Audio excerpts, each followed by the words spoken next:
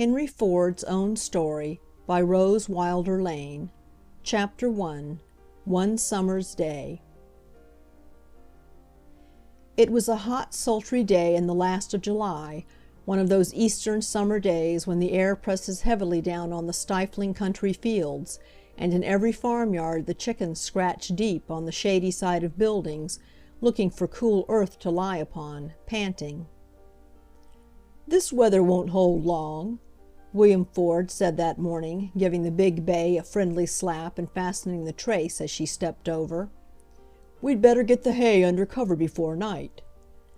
There was no sign of a cloud in the bright hot sky, but none of the hired men disputed him.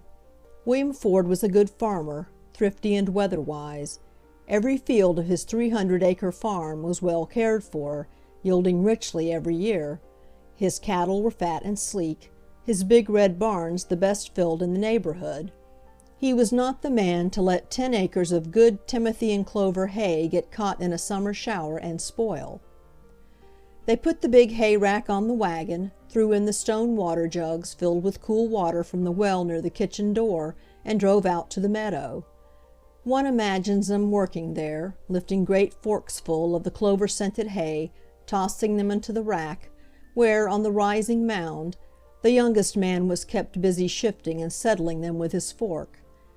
Grasshoppers whirred up from the windrows of the dried grass when they were disturbed, and quails called from the fence corners.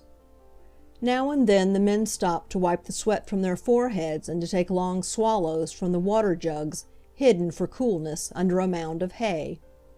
Then, with a look at the sky, they took up their forks.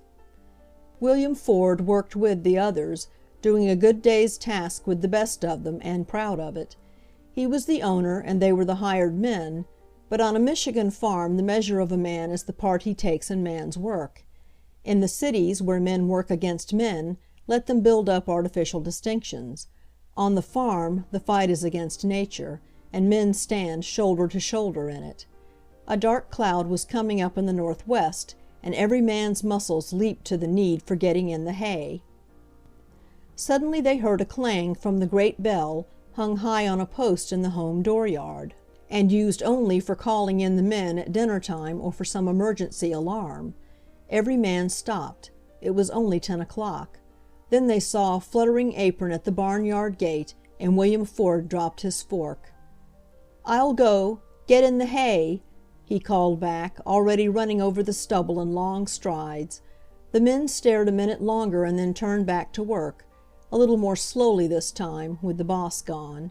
A few minutes later they stopped again to watch him riding out of the home yard and down the road, urging the little gray mare to a run. Going for Dock Hall, they surmised. They got in a few more loads of hay before the rain came, spattering in big drops on their straw hats and making a pleasant rustling on the thirsty meadows. Then they climbed into the half-filled rack and drove down to the big barn. They sat idly there in the dimness, watching through the wide doors the gray slant of the rain. The doctor had come. One of the men unhitched his horse and led it into a stall, while another pulled the light cart under the shed. Dinner time came and passed. There was no call from the house, and they did not go in. Once in a while they laughed nervously, and remarked that it was a shame they did not save the last 3 loads of hay. Good hay, too, ran a full 4 tons to the acre.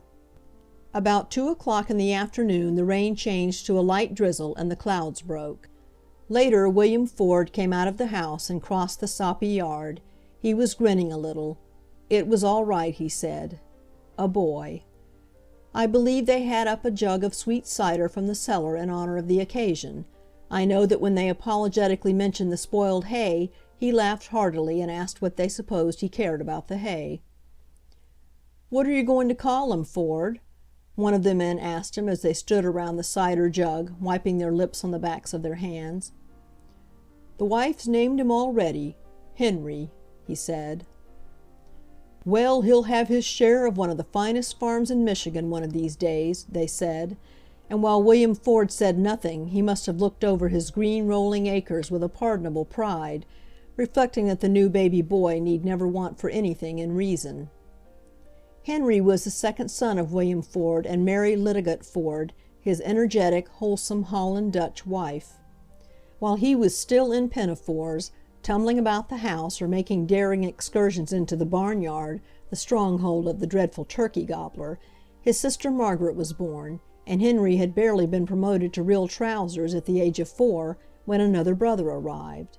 4 babies, to be bathed, clothed, taught, loved, and guarded from all the childish disasters to be encountered about the farm, might well be thought enough to fill any woman's mind and hands, but there were 1,000 additional tasks for the mistress of that large household. There was milk to skim, butter and cheese to make, poultry and garden to be tended, patchwork quilts to sew, and later to fasten into the quilting frames and stitch by hand in herringbone or fan patterns. The hired hands must be fed, 20 or 30 of them at harvesting time. Pickles, jams, jellies, sweet cider, vinegar must be made and stored away on the cellar shelves. When the hogs were killed in the fall, there were sausages, head cheese, pickled pig's feet to prepare, hams and shoulders to be soaked in brine and smoked, onions, peppers, popcorn to be braided in long strips and hung in the attic, while every day bread, cake, and pies must be baked, and the house kept in that apple pie order so dear to the pride of the Michigan farmers' womenfolk. All these tasks Mary Ford did, or superintended, efficiently, looking to the ways of her household with all the care and pride her husband had in managing the farm. She found time, too, to be neighborly, to visit her friends, care for one of them who fell ill, help anyone in the little community who needed it, and always she watched over the health and manners of the children. In this environment Henry grew. He was energetic, interested in everything from the first. His misadventures in conquering the turkey gobbler would fill a chapter. When he was a little older, one of the hired men would put him on the back of a big farm horse and let him ride around the barnyard, or perhaps he was allowed to carry a spiced drink of vinegar and water to the men working in the harvest field. He learned every corner of the hay-mow, and had a serious interview with his father over the matters of sliding down the straw stacks. In the winters, wrapped in a knit muffler, with mittens of his mother's making on his hands, he played in the snow or spent whole afternoons sliding on the ice with his brothers. Best of all he liked the shop, where the blacksmith work for the farm was done and the sharpening of tools. When the weather was bad outside, his father or one of the men lighted the charcoal in the forge, and Henry might pull the bellows till the fire glowed and the iron buried in it shone white hot. Then the sparks flew from the anvil while the great hammer clanged on the metal, shaping it, and Henry begged to be allowed to try it himself just once. In time he was given a small hammer of his own. So the years passed until Henry was 11 years old, and then a momentous event occurred, small enough in itself, but to this day one of the keenest memories of his childhood. End of chapter 1.